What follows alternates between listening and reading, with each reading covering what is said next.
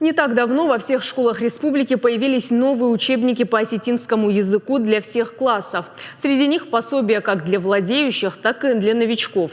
Материалы новых учебников современные и актуальные. Но некоторые родители стали жаловаться, что дети не всегда справляются с объемом материала в учебниках.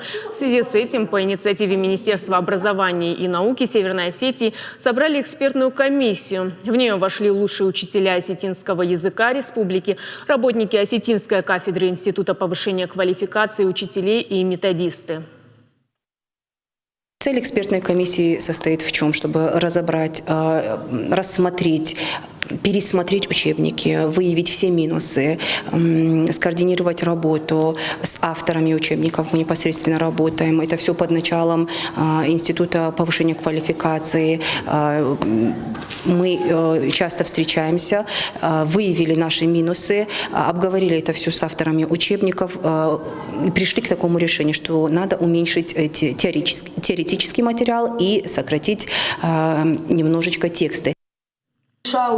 Экспертная комиссия уже проделала большую работу над пособиями, провели как педагогическую, так и научную экспертизу. После того, как авторы внесут необходимые изменения, учебники появятся на сайте Министерства образования республики. Это будет завершающий этап работы. На сайте любой желающий сможет просмотреть учебники и высказать свои замечания и пожелания. И уже после этого измененный вариант пособия отправят в школы республики.